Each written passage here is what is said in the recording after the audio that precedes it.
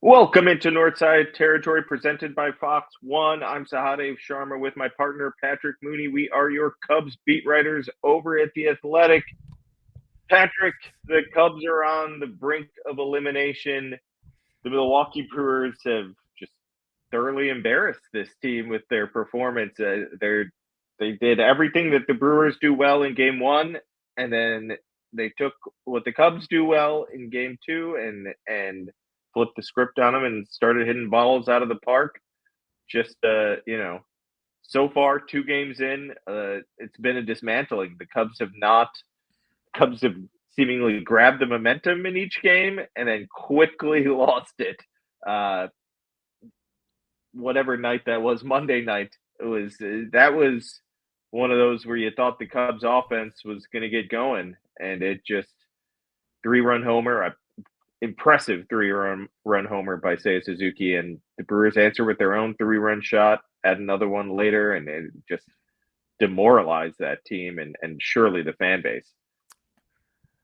No doubt. Walking into the visiting clubhouse at American Family Field around 11:15 p.m. ish Monday night, completely silent.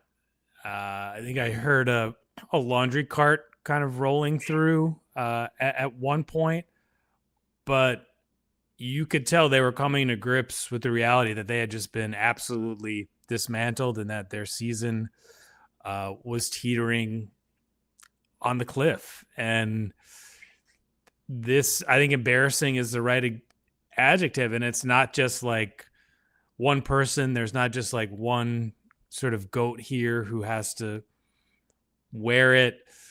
But when you poach Craig Counsell from the Brewers, you got to be thinking like, hey, this could be the blow that really knocks them off, and they've gotten better without Counsell. I think the payroll stuff goes both ways, right? Of like, you can point out, hey, the Cubs don't really seem to maximize their advantage. Like they give the Brewers sort of chances by not going all out and say signing an Alex Bregman or spending like the top teams in the National League. And then from the business side, they look at it like our payroll is, roughly $80 to $100 million more than the Brewers every single year. Why are they finishing, 5 to 9 games better than us over the last few years and just totally running the division? And just, in every phase of the game here, Game 1, it was defense. The Cubs did not execute, and that's been their calling card. Offensively, outside of those leadoff, first inning home runs, it's been very quiet, almost no pressure on the Brewers. And then just pitching wise, the Brewers did it with a traditional ace and Freddie Peralta. And then after the Cubs let him off the hook for using an opener. Like, I don't know what, sort of collaborative decision that was, but the Brewers regrouped and just were lining it up. The Miz there throwing 100, 101, 102, 103, 104 over and over again. Just in every which way, the Brewers have dominated. And I think, too, the disappointment has to be for fans here.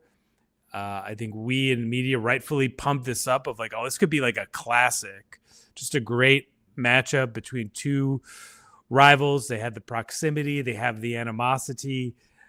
And really, these have been 2 games where we have to write these takeaways with our buddy Andy McCullough that are due, final out, and everything's held up. Yeah, like there's not been scrambling for, and that's normally almost, it feels like every regular season game when we go up there, it's back and forth. It's crazy. As Justin Steele would say, the games are drunk up there. This has not been. This has been just the Brewers imposing their will over and over. Yeah, and that's the power output in Game 2. Don't know if that trend will continue. It doesn't matter really, because it showed up for a huge game for them, a huge win for them. We'll talk more about the pitching. I think that's obviously critical to this series, but the Cubs offense has not showed up. How much I've been talking about. I believe they'll show up this postseason. Uh, There 3 games and 3 runs in every game except for the one that they were shut out in. 2 for 17 with runners in scoring position. The only game that they had more than 3 at bats with runners in scoring position was the Darvish game, the game 3 against the Padres. Otherwise, it's 2 or 3 at bats with runners in scoring position. Last night it was 1 for 2. That one obviously being Say's 3-run homer. They're just Craig Counsell says it all the time. He said it during the regular season. Put pressure on the other team. Eventually, you'll break through. It's a good philosophy. You just keep putting men on base, get runners in scoring position. You do that, 6 out of 9 innings, you're going to win a lot of games because that means you have a good offense, and eventually you'll break through and have a big inning. They had one big inning, and that's great. They didn't do anything else after that. A one batter. One hit after the second inning, no runners reaching second base after the second inning. It just was, a meager offensive performance yet again. And they threw out their opener and then they dominated with a bunch of relievers. It comes to you can go down the list. Ian Happ's had a really bad postseason. Jackson Churio hits this 3-run homer, back-breaking 3-run homer. That's what put the game out of reach, really. And he was a question mark coming into the game with a hamstring injury, and he's out there doing his job, looking great. And Kyle Tucker has a calf injury, and he's singling every other game. No power to be found from their superstar bat. Pete's had a rough time. He kind of bounced back in game 3 and then in game 1 of this series with a couple hits, but they need to hit for power. They're not doing it enough. Solo home runs aren't going to get the job done. Not more often than not. You can score runs, sure, hit some solo home runs, but they just need to do more, and they haven't. It's been I guess it hasn't been shocking. This Brewers team is really talented, and I kind of said that. It's like maybe that's just the bottom line. This is a better team, and nobody should be surprised by what the Brewers do. Sure, winning with home runs is a little bit of a surprise, but this is not like some scrappy underdog like they like to present themselves. They are 97 win team that had the best record in baseball. They are a very good team. And right now, like you said, they're imposing their will on the Cubs. They're showing the Cubs that, hey, we're the better team. Patrick, let's take a quick break. We'll hear from Fox One, our new sponsor. All right, I will read this properly, but I'm not ready yet. Okay. All of our playoff coverage is brought to you by Fox One. Fox One is now live. Stream all your Fox favorites together in one place, including all AL playoff games and the World Series. We got 2 AL playoff games today. Seattle versus Detroit. I mean, those aren't fun, the biggest cities and the biggest markets, but that's been a fun series. The Mariners are an exciting team. They have evened that series up. That's probably the best series going right now as far as, competition wise. I mean, the rest of them are 2-0, right? And in the other game tonight, Toronto versus the Yankees. You want to talk about the Cubs getting blown up in the first 2 games. It's kind of shocking how badly the Yankees have been beaten. That's an offense that lives and dies by the home run, the Yankees, and then Toronto's just thumped them. Just been really impressive how good Toronto has looked. Did you see Patrick, the youngster Trey Savage dominate the other night? Multiple, what was it, 6 1/3 no hit for this kid? The Cubs could sure use. Wait, starting pitchers are allowed to throw more than 2 innings. Yeah, I don't know. I covered the Cubs. I hadn't seen that Yeah, in a while. yeah. So make sure to catch the AL playoffs on Fox, Fox One, and from MLB postseason to NFL on Fox to Big Noon Saturdays with Fox One. You get it all live. Start your 7-day free trial today. Offers are subject to change. Go to fox1.com for complete terms and conditions. Fox One, streaming now. All right, Patrick. Pitching. It is not been there for the Cubs. And look, this team, I think it all starts with Cade Horton. I think everything fell apart with Cade Horton not being healthy, and Craig Counsell had to go to his emergency plans. Starting Matthew Boyd on short rest did not work. It looks like a bad decision, obviously, with the result. Shota Imanaga, 12 home runs in his final 6 starts, 31 homers over the course of the season. I believe I wrote that 25 of those were solo shots. And now, now he gives up this 3-run homer in the first. Like it started at the last regular season start. He gave up a 3-run homer, then a 2-run homer to Manny Machado, now a 3-run homer to Andrew Vaughn of all people. The pitching's it's not fresh, and they don't have enough right now, and it's showing up against the Brewers. They got through that Padres game. They pitched pretty damn well in that Padres series. It's coming back to bite them now, and I think it all starts with Horton, but also you need guys like Boyd and Shota to step up, and they just haven't. And Shota, I don't know if this is what bit him, but his splitter, he barely went to it, and when he did, he was just leaving it up over the plate. He must not really trust it, and they were hitting his fastball. I think what got hit out was a fastball and a sweeper. So, just a tough night for Shota Imanaga, and Cubs pitching plans are not working right now. Yeah, I mean, there is no path back here. There's no pitching plan per se that makes you feel good. This isn't the 2004 Red Sox of a Pedro Martinez, Curt Schilling. This is not the 2016 Cubs where they're down 3-1, but you've got some, the amazing starting pitchers. Those pitchers barely exist anymore in the game. I forget the order. What was it? Lester, Arrieta, Hendricks. And then, you piece it together with just a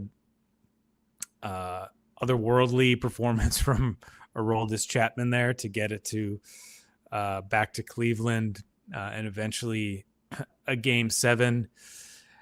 And you made a great point. You pointed out last night we were sitting next to each other Monday night in the press box in Milwaukee, of Counsell just going out there without even Shota's interpreter, of just buying time to get Palencia ready.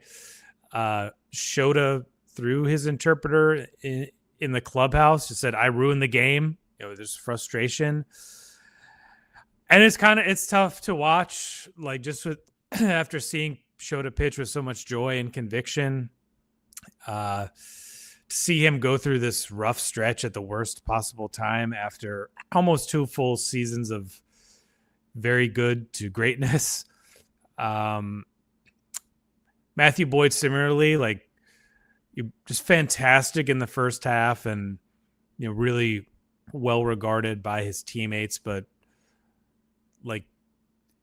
that was your plan A after Horton's injury, and as great as Horton was, he was sort of babied all season, and he's a rookie. You have to be able to withstand stuff like that, and we'll get into it. I'm sure this offseason we'll try and dig in more on those prices at the trade deadline. I don't know if there was a surefire starter out there, and maybe your best pitchers would have cost you Cade Horton and or Matt Shaw, and that was obviously a non-starter. But for a team that has pieced it together so well since Justin Steele went down in April, the Cubs have left them open for a lot of first and second guessing here. Yeah, they talk about pitching depth and the importance. It's fascinating because the Dodgers were injured for most of the year, banged up with their pitching staff, and now all these guys are healthy at the right time and kind of like locked in and doing and pitching well. The Cubs, they leaned on these guys. Matthew Boyd, was great, and it seems like he's kind of run out of gas. I don't know, like the results suggest as much. You're right. The way how good Imanaga was, and now it's just he has major home run troubles, and we knew that was going to be the case. That there are going to be moments he just had to limit them. A solo home run in the first is so much different than that 3-run shot, sucking all the air out of if you believe in momentum, and I believe in momentum in a game, it doesn't carry over to the next game because it all depends on things can change so quickly. But it felt like the Cubs were about to do something, and I think Ian Happ even said as much. He thought that was the beginning of, oh, here we go. The offense needs to is going to wake up here. And Seiya kind of said for him personally, it was one and done. He didn't do anything after that game, after that home run. He said they need to, I believe, through his interpreter, he said they need to have more tenacious at bats. He's not wrong. I thought the relievers they brought out there are perfectly fine. The Cubs needed to put up better offense against those guys. But I don't know, that they're able to send out. How many? Do you remember how many relievers the Brewers sent out? 6. It was 6, I think. 6, and they went 6 relievers so 7 pitchers. They're able to do that and really limit the Cubs' offense. There's no reason the Cubs can't match them. That group was fresh, but the plan didn't work. These guys are gassed, and the starters are gassed clearly, and it just kind of like it was a domino effect that started in April with Justin Steele going down, and then continued into September. Like just bad timing, bad injuries. These things did not work out for the Cubs, and it looks like it could be what cost them their season. And like I have not fully looked at all of the Brewers coverage yet. It was a late night and a quick turnaround here, but the Brewers are totally lined up for Game 3 too. I mean, Quinn Priester hasn't thrown yet. He had an excellent season. He grew up a Cubs fan in the northern suburbs of Chicago. Believe he went to some of the 2016 World Series games because his family had some connections through work to the Cubs organization. And then, this series was set up for relievers too, with all these off days, to the point where you're probably going to use your A relievers more than your starters anyways. And so they were Milwaukee's best relievers were not pushed in Game 1. They get an off day. You have Monday, Game 3, off day, Game 2. Like, you got to think Pat Murphy and his staff will be going for it to put the Cubs away in Game 3. They're going to have the pitching to do it, whereas the Cubs are really kind of gasping for air here. And in the next segment, we can get into maybe talk yourselves into being optimistic if you're a Cubs fan, but I guess, warning, like it's going to kind of strain credibility. Yeah, let's take a quick break and talk about Game 3. October baseball is here. The pressure's on, the lights are brighter, and with DraftKings Sportsbook, you're right there in the middle of every moonshot moment. DraftKings Sportsbook delivers the intensity of October with player props, live in-game betting, and odds that can change as fast as a ball flying over the fence. New customers bet just $5, and if your bet wins, you'll get paid out $200 in bonus bets instantly. Download the DraftKings Sportsbook app and use code FOUL. That's code FOUL to turn $5 into $200 in bonus bets if your bet wins. In partnership with DraftKings, the crown is yours. Gambling problem? Call 1-800-GAMBLER. In New York, call 877-8-HOPE-NY or text HOPE-NY 467-369. In Connecticut, help is available for problem gambling. Call 888-789-7777 or visit ccpg.org. Please play responsibly. On behalf of Boot Hill Casino and Resort in Kansas, fees may apply in Illinois. 21 and over. Age and eligibility varies by jurisdiction. Void in Ontario. Bet must win to receive reward. Minimum minus 500 odds required. Bonus bets expire 7 days after issuance. For additional terms and responsible gaming resources, see dkng.co/audio. Jameson Taillon goes in Game 3. That's probably your best bet to feeling good about things. He looked really good for 4 innings. The type of outing that you said, if it wasn't that short series and the way they were looking at how they wanted to use their bullpen, really lean into it that series, he could have gone 6 or 7 innings. He was dominant, and he looked really good to end the season. I think he feels really good right now. He's feeling confident. He feels like his stuff is at its peak. I think that's where your optimism has to stem from. If you want to believe, obviously this team is going to believe and say the right things. I think what did Pete say? He's like, I'd be an idiot if I didn't. A fool. If I didn't think I'd be a fool if I didn't think we could come back. He's right. If any of those players or any of those coaches are telling the media that we're done when you're not done, when the season's not over yet, it would be embarrassing. So that's what they have to do. That's what they have to say. And obviously it's possible. It has happened before. It is highly unlikely. We just explained what's going on with this team right now. I wouldn't be surprised if the offense showed up suddenly, because that's how offense works in baseball when you have some talent. But it's just really going to be hard to piece together the pitching. Taillon could get them to a Game 4. Boyd will be rested, I guess, 4 days rest. But I just don't know. We can second guess all the pitching decisions. I just they ran out of it, and now you got to lean on Taillon and hope that he is at his best and can extend this series a little further. Yeah, you start with going back to Wrigley Field. Taillon on the mound. I don't know, a rainy day off to clear your head. The sense of routine and trust in the process that the Cubs have exhibited all year. When you get into October, every day is precious, and I'm sure those players in the clubhouse will, appreciate the chance just to keep running it back out there for however many hours are left in the season.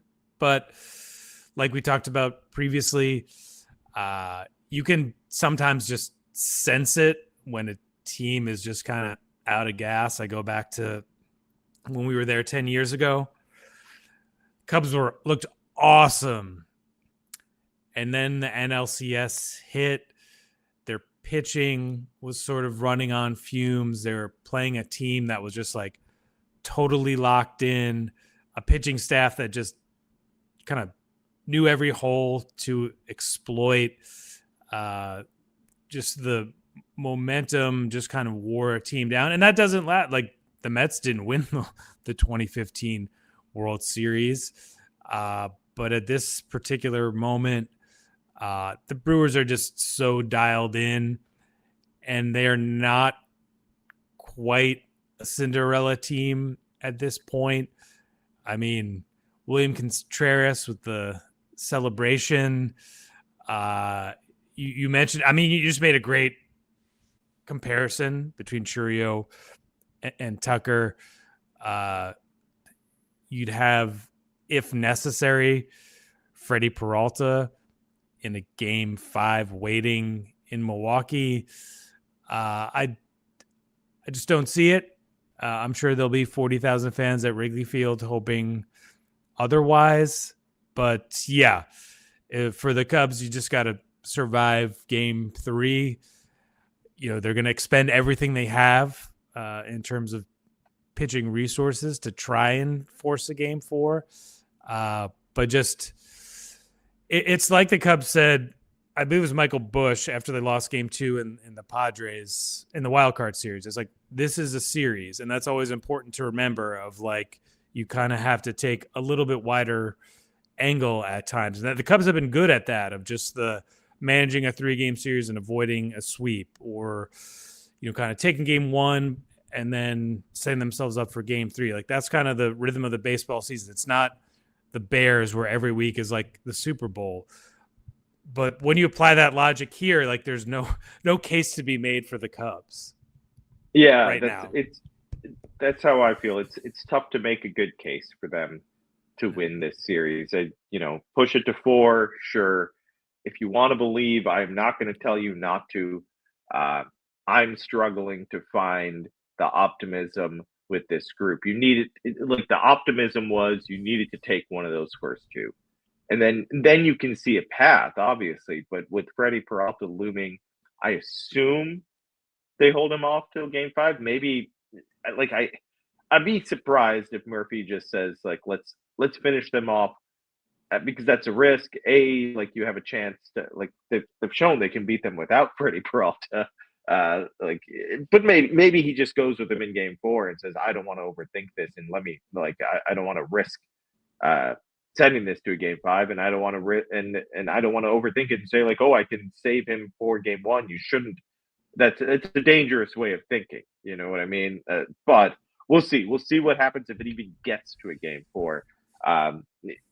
Wrigley will, hopefully the energy will be back at Wrigley. I don't think the fans are going to be all sullen just because they're down 2-0. It's a playoff game at Wrigley. They'll be trying to will their team to come back in this series. They've seen it before with this organization. It has been a while. It has been a long time. 2016 was actually a long time ago.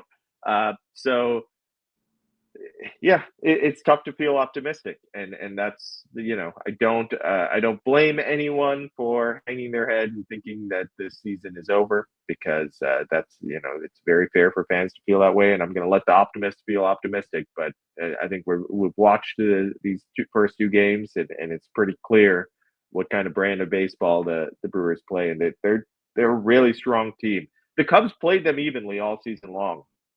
So it is a little disappointing to see these first 2 games and say, okay, they look overmatched, because I don't think they are purely overmatched by the Brewers, but clearly they have work to do, and they're not at their best right now. And when they're not at their best, they aren't able to piece it together.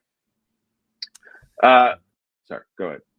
I was at no doubt. I think there's nothing else left to be said. It's like how some of the players, when they thought, it's just like, thanks guys, and they just turn around at their locker.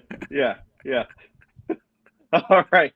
Thanks for listening to Northside Territory, presented by Fox One. This is Foul Territory's Cubs podcast. Make sure to rate, review, subscribe to the YouTube channel, and subscribe to The Athletic, where Patrick and I are on top of all things Cubs. Thanks so much for listening.